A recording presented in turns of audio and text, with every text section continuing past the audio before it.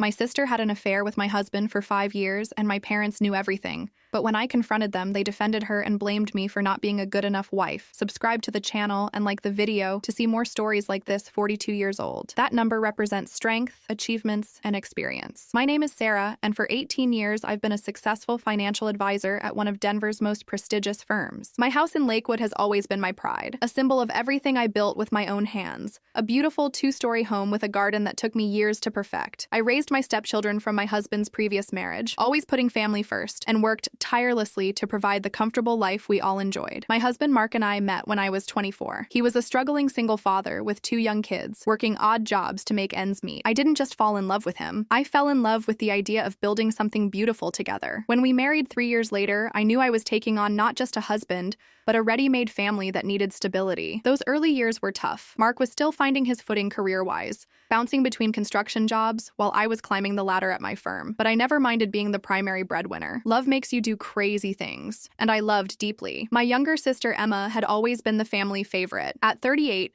she had this effortless charm that drew people in, including our parents, who seemed to excuse every one of her poor life choices. While I was working 60-hour weeks and saving every penny, Emma was the free spirit who could do no wrong in mom and dad's eyes. She'd drift from job to job, relationship to relationship, always landing on her feet because someone would always be there to catch her. Usually me. 3 years ago, Emma was diagnosed with stage 2 breast cancer. Without hesitation, I stepped up. The treatments were expensive, even with insurance, and Emma's part-time work at a local boutique barely covered her basic living expenses. I took over her medical bills, paying for the best oncologists, the most advanced treatments. When my parents decided they wanted to move from their cramped apartment to a nice house in a better neighborhood, I co-signed the loan and helped with the down payment. After all, they were getting older, and mom's arthritis was getting worse. Family takes care of family, right? Mark was supportive of my generosity, or so it seemed. "You have such a big heart, Sarah," he'd say, kissing my forehead as I wrote another check for Emma's treatment or helped mom and dad with their mortgage payment. "That's one of the reasons I love you so much." His words felt genuine, his smile warm. I believed I was doing the right thing, building the kind of family bonds that would last a lifetime. Our life seemed perfect from the outside. Mark had finally found steady work as a project manager for a local construction company. My career was thriving. I'd just been promoted to senior partner, which came with a substantial salary increase. We took family vacations, hosted holidays at our house,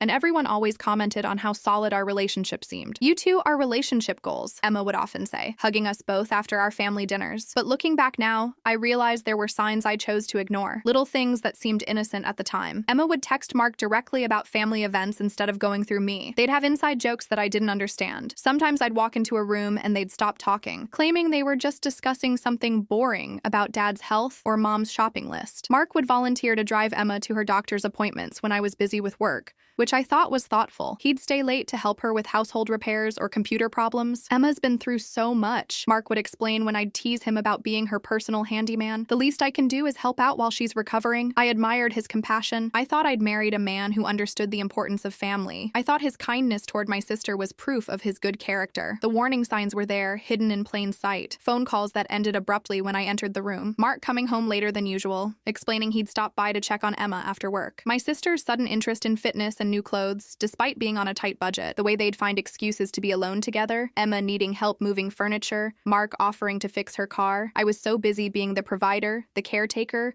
the responsible one, that I missed what was happening right under my nose. I was working extra hours to pay for everyone's comfort and security, believing that my hard work was building something beautiful for all of us. I thought I was the foundation holding our family together, but foundations can crack. And when they do, everything built on top comes crashing down. Last month, I discovered just how fragile that foundation really was, and how the people I trusted most had been slowly chipping away at it for years. The first real crack in my perfect world appeared on a Tuesday evening in March. I'd come home early from work, excited to surprise Mark with dinner from his favorite Italian restaurant. The house was quiet when I walked in, but I could hear voices coming from our back patio. Through the kitchen window, I saw Mark and Emma sitting close together on our outdoor sofa, their heads bent toward each other in what looked like an intimate conversation. I watched for a moment, something twisting uncomfortably in my stomach. Emma was wearing a dress I'd never seen before. Expensive looking. Definitely not something she could afford on her boutique salary. Mark's hand was resting on her knee, and when she laughed at something he said, she leaned into him in a way that made my breath catch. They looked. Comfortable. Too comfortable. When I stepped outside with the food, they sprang apart like teenagers caught by their parents. Sarah! Emma's voice was too bright, too cheerful. You're home early. Mark was just telling me about this funny thing that happened at his job site. Mark's smile seemed forced as he stood up quickly. Yeah, just boring work stuff. You know how it is. But his face was flushed, and he wouldn't quite meet my eyes. I'd been married to this man for 15 years. I knew when he was lying. What kind of work stuff? I asked, setting the food down on our patio table. The question hung in the air for a beat too long. Oh, just some drama with the suppliers, Mark said, his hand running through his hair, a nervous habit I'd noticed over the years. Nothing interesting. Emma laughed again, but it sounded hollow. You know how men are, Sarah. They think their work stories are fascinating, but it's all just concrete and blueprints to us, right? I wanted to believe them. I needed to believe them. So I forced a smile and started unpacking the Italian food, pretending I hadn't noticed the way they'd been sitting, the way Emma's lipstick was slightly smudged, or how Mark's shirt was wrinkled in a way that suggested someone had been touching it. Over the next few weeks, the strange moments multiplied. Emma started showing up at our house more often, always with some excuse. Her car was making a weird noise and she needed Mark to take a look. She was having trouble with her laptop and knew Mark was good with computers. She was feeling anxious about her next round of medical tests and needed family support. She's been through hell with the cancer, Mark would remind me whenever I suggested Emma might be leaning on us too much. We need to be there for her. That's what family does. I felt guilty for even questioning it. Emma was my sister, and she had been battling a serious illness. Of course she needed extra support. Of course I should be understanding. But there was something in the way Mark defended her that felt different now, more protective than a brother-in-law should be. My parents, meanwhile, seemed to have endless praise for Mark's devotion to Emma. During our weekly family dinners, Mom would go on and on about what a wonderful man I'd married. Mark drove Emma to her appointment yesterday, and then he took her grocery shopping afterward, Mom would say, beaming at him across our dining room table. You're so lucky, Sarah.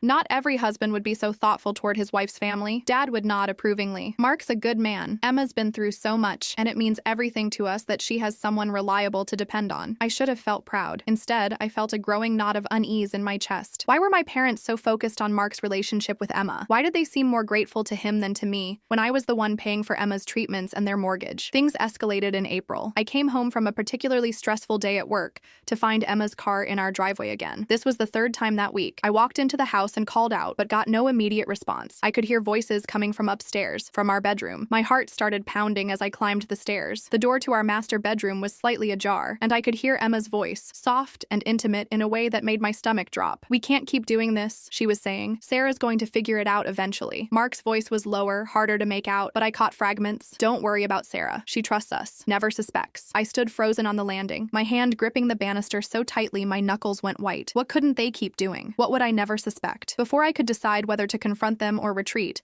I heard footsteps moving toward the door. I quickly went back downstairs and made noise in the kitchen, pretending I'd just arrived. A few minutes later, they came down together. Emma's hair looked disheveled, and she was adjusting her blouse. Mark's face was flushed again. Sarah, Emma's voice was breathless. I was just showing Mark this weird stain on your bedroom ceiling. I noticed it when I was borrowing one of your scarves. You might want to check for a roof leak. I looked between them, my heart hammering. A stain? I haven't noticed any stain. It's pretty small, Mark said quickly. Probably nothing to worry about, but I'll take a look this weekend. I went upstairs later that night and examined every inch of our bedroom ceiling. There was no stain. There never had been. That's when the real paranoia set in. I started noticing things I'd been blind to before. The way Emma's eyes would follow Mark around the room during family gatherings, how she'd find excuses to touch his arm or shoulder when she talked to him, the new clothes, the expensive jewelry she claimed were gifts from grateful customers at the boutique where she worked part-time. I started coming home at unexpected times, but they seemed to have developed some kind of early warning system. Emma's car would be gone by the time I arrived, or I'd find them in completely innocent situations. Watching TV in the living room, sitting at the kitchen table with paperwork spread out, discussing Emma's medical bills or our parents' home maintenance needs. You've been working so hard lately, Mark said one evening, rubbing my shoulders as I sat at my desk paying bills. Maybe you should take a vacation. Emma mentioned she'd love to go with you somewhere relaxing. Sister's trip? The suggestion made my skin crawl, though I couldn't explain why. The idea of being alone with Emma right now, of pretending everything was normal while these suspicions ate away at me, felt impossible. I can't take time off right now, I said. Too many client deadlines. You're going to burn yourself out, Mark said, his hands still on my shoulders. Emma worries about you, you know. We all do. Emma worries about me. The words felt like mockery. If my sister was worried about me, why did she seem so eager to spend time alone with my husband? Why did my parents praise Mark's attention to her more than they acknowledged my financial sacrifices? I was starting to feel like a stranger in my own life, supporting everyone around me while they formed bonds that excluded me completely. The truth came crashing down on a Saturday morning in early May, and And it wasn't dramatic or cinematic. It was just devastating in the quiet, ordinary way that real betrayal always is. I told Mark I was going to my office to catch up on paperwork, but instead I parked 3 blocks away and walked back to our house. I needed to know if my suspicions were real or if I was losing my mind. The past month of watching and wondering had left me feeling like I was going crazy, questioning every interaction, every innocent explanation. I let myself in through the back door as quietly as possible. Mark's truck was in the driveway, but I hadn't seen Emma's car out front. Maybe this time I'd find nothing suspicious and could finally put my paranoia to rest. Instead, I found Emma's car parked in our garage. My heart sank as I realized they'd taken steps to hide her presence. This wasn't casual family support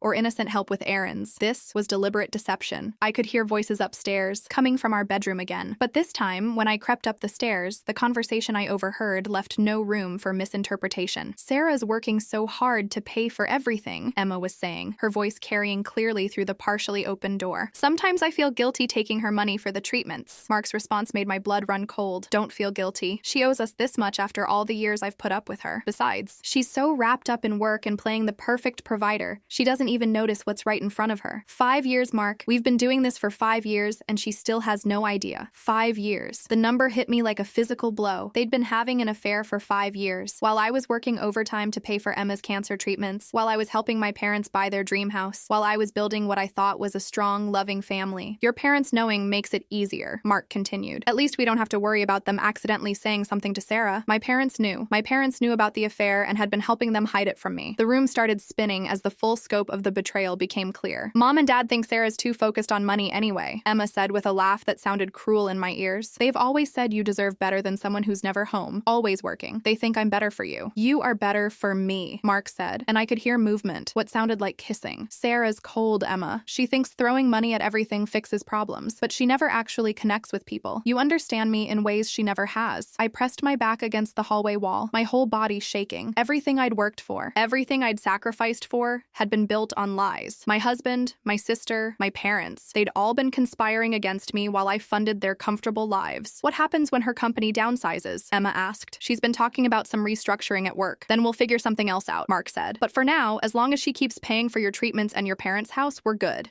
Just keep playing the grateful little sister role." I couldn't listen anymore. I backed down the stairs as quietly as I could and left through the back door, my hands shaking so badly I could barely start my car. I drove aimlessly through Denver for hours, my mind reeling with the implications of what I'd heard. 5 years of betrayal. 5 years of my sister sleeping with my husband while I paid for her medical bills. 5 years of my parents knowing about it and encouraging it, thinking I was somehow inadequate, too focused on work, too cold. They'd all been taking my money while laughing at me behind my back. When I finally went home that evening, Mark and Emma were gone. Mark had left a note saying he'd taken Emma to dinner to cheer her up because she was feeling anxious about her upcoming test results. The casualness of the lie after everything I'd heard made me want to scream. That night, I sat at my kitchen table with my laptop and started researching. I pulled up bank statements, payment records, medical bills. Over the past 3 years, I'd paid nearly $180,000 for Emma's cancer treatments. I'd contributed $85,000 toward my parents' house down payment and had been covering half their monthly mortgage. I'd been funding my own betrayal. I also started planning. If my family thought I was just a walking ATM, too cold and work-focused to notice what was happening in my own life, they were about to learn exactly how strategic a successful financial advisor could be. On Monday, I made several phone calls from my office. First, to the insurance company handling Emma's treatments. As the primary account holder responsible for payments,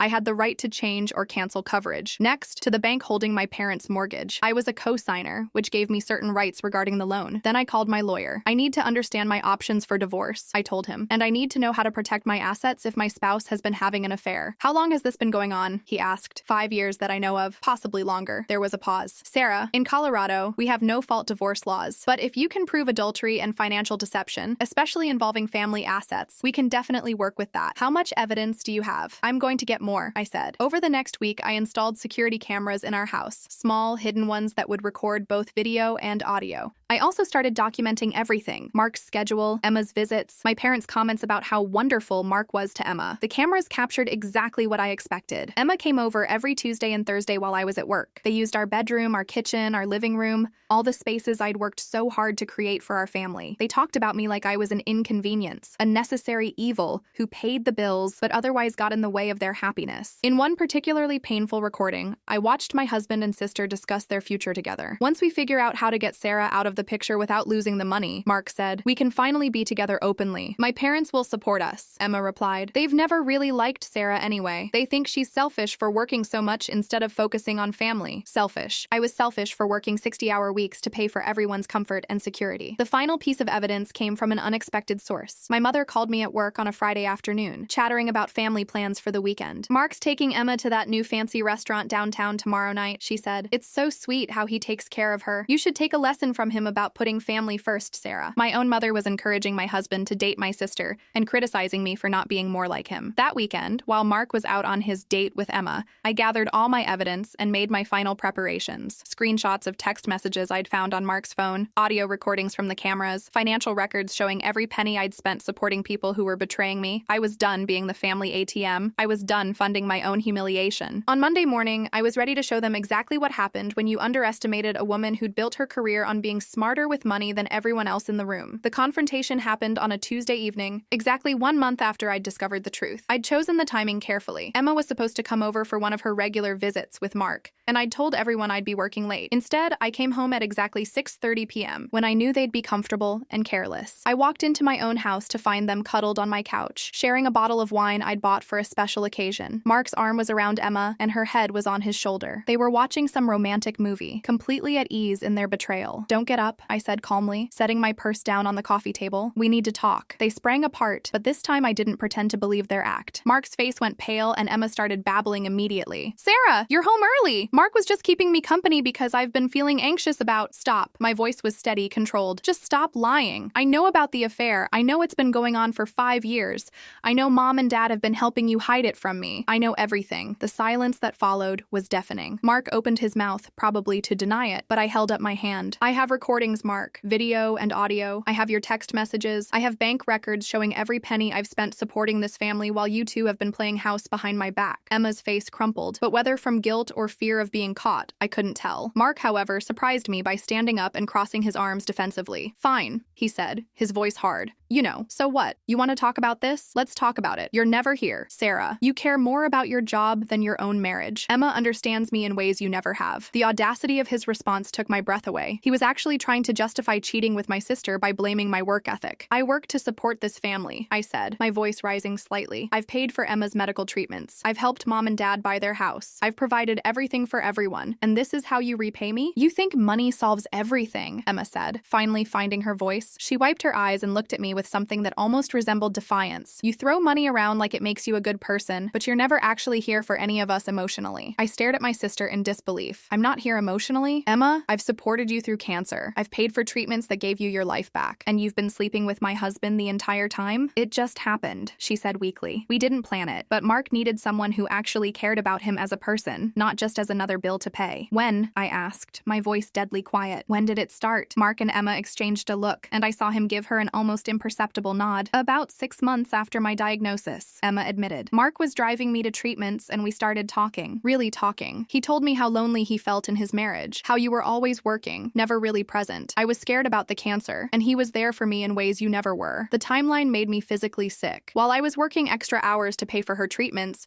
she was using those same treatments as opportunities to seduce my husband. And Mom and Dad? I asked. When did they find out? About 2 years ago, Mark said, his jaw set stubbornly. They accidentally saw us together at a restaurant. But when we explained the situation, how unhappy we both were, they understood. Your parents see how hard Emma tries to make people happy, unlike me, I finished. Unlike the daughter who's been paying their mortgage. They think you're selfish, Emma said, her voice gaining strength. You care more about money and success than about family relationships. They've always thought Mark deserved better. I felt something cold and hard settle in my chest. The betrayal was complete. Not only had my husband and sister been having an affair, but my parents had decided I deserved it. I see, I said quietly. So I'm the problem. I work too much. I'm too focused on money. I'm not emotional enough. That justifies 5 years of lying and cheating. Sarah, we never wanted to hurt you, Emma said, tears streaming down her face now. But we fell in love. It wasn't something we could control. You could have divorced me, I told Mark. You could have been honest instead of taking my money while you betrayed me. Mark had the grace to look ashamed for about 2 seconds before his defensiveness kicked back in. You would have fought the divorce. You would have taken everything out of spite. This way was easier for everyone. Easier for everyone, I repeated. Interesting way to put it. I walked over to my purse and pulled out a folder of documents I'd prepared. Well, Mark, since you think I'm so focused on money, let me show you exactly what my money has been funding. I spread the papers out on the coffee table between us. Bank statements, payment records, loan documents. Emma, over the past 3 years, I've paid $180,000 for your cancer treatments. Money that came from my salary, my bonuses, my savings account. Mark, I've been covering the majority of our household expenses while you spent your income on what I now realize were dates with my sister. I pulled out another set of documents. Mom and Dad's house, I co-signed the loan and paid the down payment, $85,000. I've also been covering half their mortgage payments for the past 2 years. Total investment in their comfort, approximately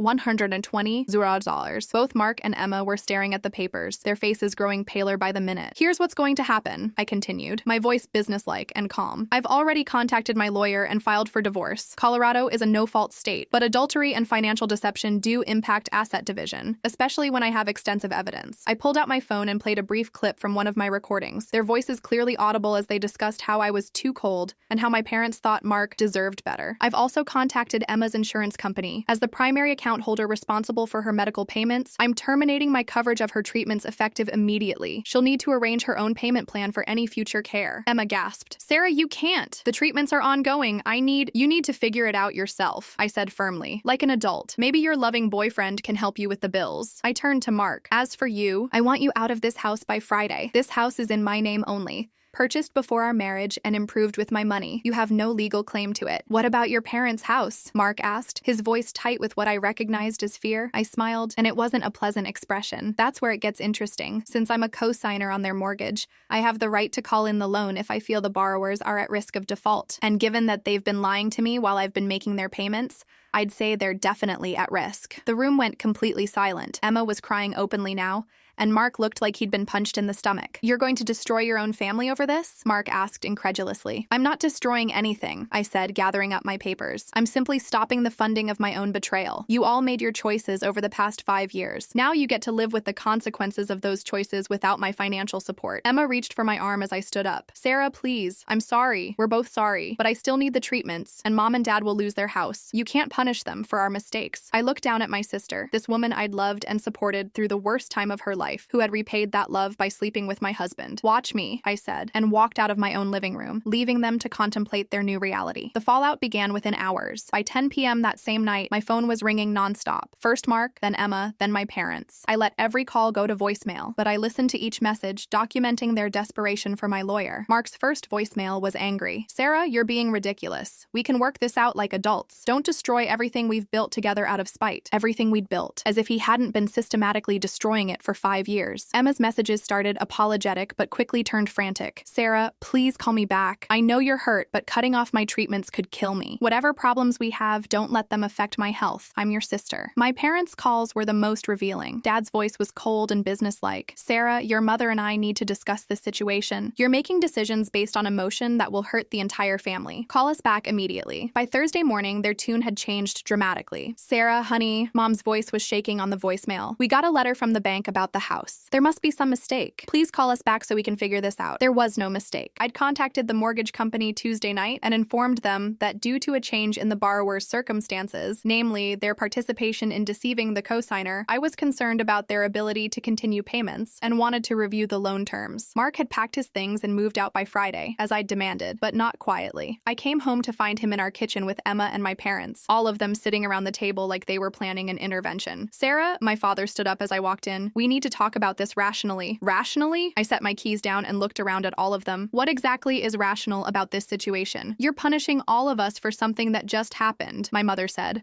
her eyes red from crying. Mark and Emma made a mistake, but destroying the family won't fix anything. Something that just happened? I repeated. Mom, they've been having an affair for 5 years. You've known about it for 2 years and helped them hide it from me. That's not a mistake. That's a deliberate, ongoing betrayal. We thought you and Mark would divorce eventually anyway, Dad said, his businessman voice back in place. You two were never right for each other. Emma makes him happy in ways you never could. The casual cruelty of that statement took my breath away. My own father was justifying my husband's affair by saying I was inadequate. So you decided to help them along? I asked, while I paid for your house and Emma's medical bills. You have more money than you know what to do with, Emma said, speaking up for the first time. You've always used it to control people. Now you're trying to control us by taking it away. I stared at my sister in amazement. Even now, even caught red-handed, she was trying to make me the villain. Emma, I paid for treatments that saved your life. I never asked for anything in return except basic loyalty and honesty. Apparently, that was too much to expect. You paid for the treatments because that's what you do, she shot back. You throw money at problems instead of actually being there for people. Mark was there for me during the scariest time of my life. Where were you? Working late, as usual. I was working late to pay for your treatments, I shouted, finally losing my composure. I was working overtime to afford the best doctors, the best care, to make sure you survived, and you used that time to sleep with my husband. The room went silent. Mark cleared his throat awkwardly. Sarah, maybe we can work out some kind of arrangement, he said. I know you're angry, but Emma still needs ongoing monitoring. The doctors say, I don't care what the doctors say. I cut him off. Emma and I are no longer family. You and I are getting divorced. What happens to her medical care is between her, you, and whatever insurance she can get through her part-time job at the boutique. That insurance won't cover everything, Mom said, panic clear in her voice. The specialized treatments, the follow-up care, then maybe you should have thought about that before you decided to help them betray me, I said coldly. Over the next week, the pressure intensified. They tried everything: guilt, anger, bargaining, even attempting to involve other family members. My aunt called me crying, begging me to reconsider because family forgives family. My cousin sent me a long text about how I was being vindictive and cruel. But the most revealing moment came when I received an unexpected visit at my office. Emma showed up on Wednesday afternoon, looking pale and exhausted. She'd clearly been crying, and she was wearing one of her old outfits, not the expensive clothes I'd been seeing her in lately. Sarah, please, she said, sitting down across from my desk without being invited. I'll do anything. I'll end it with Mark. I'll move away. Just don't cut off my medical coverage. I looked at my sister, really looked at her. She was scared, desperate, and for the first time since this whole nightmare began, she seemed genuinely remorseful. 5 years, Emma, I said quietly. For 5 years, you've been sleeping with my husband. You've sat at my dinner table, taken my money, accepted my support, all while betraying me in the worst possible way. And now you want me to continue paying for your care because you're finally sorry you got caught? I never meant for it to go this far, she whispered. It started when I was so scared about the cancer, and Mark was just being kind. But then it became something more, and I didn't know how to stop it. You didn't want to stop it, I corrected. You had plenty of opportunities to confess, to end it, to do the right thing. Instead, you got our parents involved in lying to me. They love Mark, Emma said. They think he's good for the family. They love my money, I said bluntly. And Mark gave them a way to keep accessing it while cutting me out emotionally. They were never going to tell me the truth because that would have endangered their comfortable lifestyle. Emma flinched, but she didn't deny it. What do I have to do? She asked finally. What would it take for you to change your mind? I studied her face. This woman who shared my DNA but had shown me that blood meant nothing when it came to loyalty. Nothing, I said. There's nothing you can do, Emma. You've shown me exactly who you are, and so have our parents.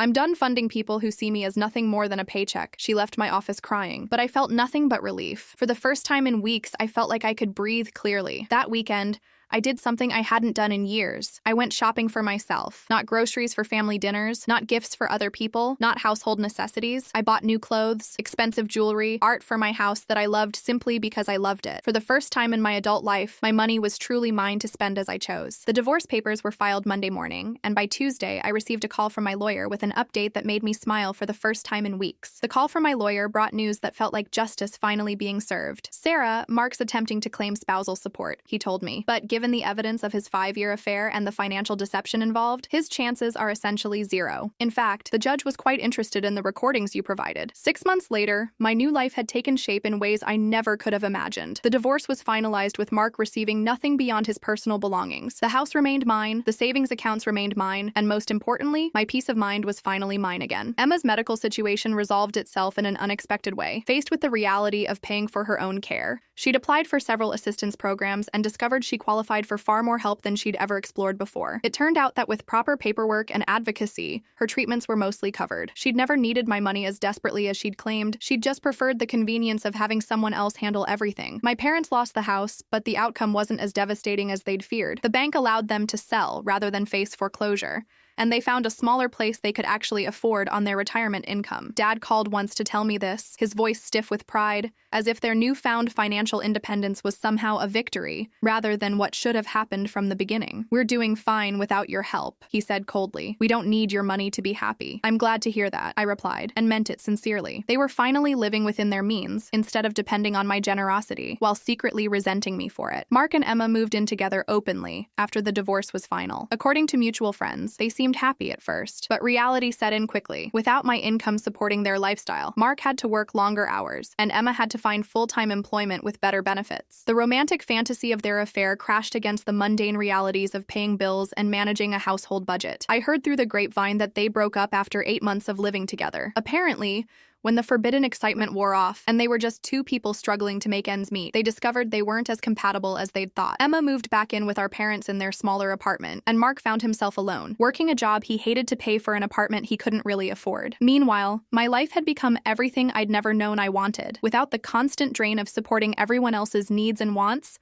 I had money for things I'd only dreamed of. I renovated my house exactly how I wanted it, with a home office that overlooked my garden and a library filled with books I actually had time to read. I also had time. For the first time since my early 20s, my evenings and weekends belonged to me. I took up painting, something I'd abandoned in college when I'd become so focused on building a stable career. I joined a hiking group and discovered I loved being outdoors. I traveled, real vacations, not the obligatory family trips where I'd felt guilty for every dollar spent. Most surprisingly, I discovered that I was good at being alone. The house that had once felt empty without family chaos now felt peaceful. I could cook what I wanted, watch what I wanted, decorate how I wanted. I could work late without feeling guilty about missing dinner, or leave work early without feeling obligated to rush home to handle someone else's crisis. My relationship with my extended family eventually stabilized into polite distance. My aunt stopped calling to lecture me about forgiveness. My cousins stopped sending guilt-inducing text messages. At family events I couldn't avoid, conversations stayed surface level and brief. They'd learned that I wasn't the same person who used to absorb their criticism and continue paying their bills anyway. About a year after the divorce, I ran into Emma at a coffee shop downtown. She looked older, tired in a way that had nothing to do with her health. When she saw me, she hesitated for a moment, then approached my table. "Sarah," she said quietly, "you look good, happy." I studied her face. The expensive clothes were gone, replaced by practical outfits from discount stores. Her hair was shorter, simpler. She looked like she was working hard and sleeping poorly. "I am happy," I said honestly. "How are you doing?" "Getting by," she said with a shrug. "Working at a medical billing company now. Better insurance than the boutique." She paused, fidgeting with her coffee cup. I wanted to say, "I understand now why you did what you did." It wasn't really about the money, was it? I considered her question carefully. No, it wasn't about the money. It was about respect, about being valued for more than just what I could provide financially. She nodded slowly. "Mark and I, it didn't work out." "I heard," I said gently. "I'm sorry it was hard." "Are you?" she asked, and there was curiosity rather than accusation in her voice. "Yes," I realized as I said it. "I'm sorry you both had to learn the hard way that relationships built on betrayal and fantasy don't survive reality. I'm sorry our parents thought encouraging dishonesty was better than having difficult conversations. I'm sorry our family fell apart instead of growing stronger. But you're not sorry you cut us off financially?" "No," I said firmly. "I'm not sorry about that at all. It was the best decision I ever made." Emma smiled ruefully. "You know what's funny? I always thought you were cold because you focused so much on work and money. But paying your own bills,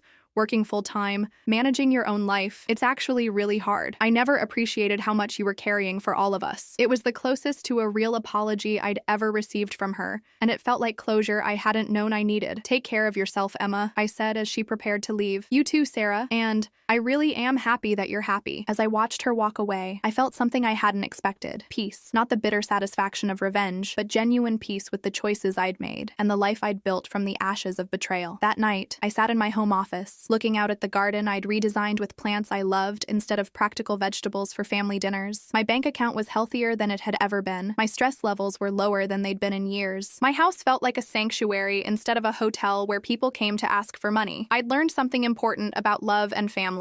Real love doesn't require you to set yourself on fire to keep other people warm. Real family doesn't take your generosity for granted while secretly resenting you for having boundaries. Real relationships don't require you to fund your own betrayal to maintain them. For the first time in my adult life, every dollar I earned was mine to spend as I chose. Every evening was mine to enjoy as I pleased. Every decision was made based on what I wanted, not what others needed from me. I'd thought losing my family would leave me alone and bitter. Instead, it had given me the greatest gift of all, myself. Looking back now, I can honestly say I have no regrets. That confrontation in my living room, where I finally stopped funding my own betrayal, was the moment I truly started living my life instead of just paying for everyone else's. Sometimes you have to lose everything you thought mattered to discover what actually does. For me, what mattered was dignity, honesty, and the right to be valued for who I am rather than what I can provide. What do you think about this story? Have you ever felt taken for granted by people you were supporting? Share your thoughts in the comments below. If this story resonated with you, please show your support by leaving a like. Thank you so much for your support and for watching until the end.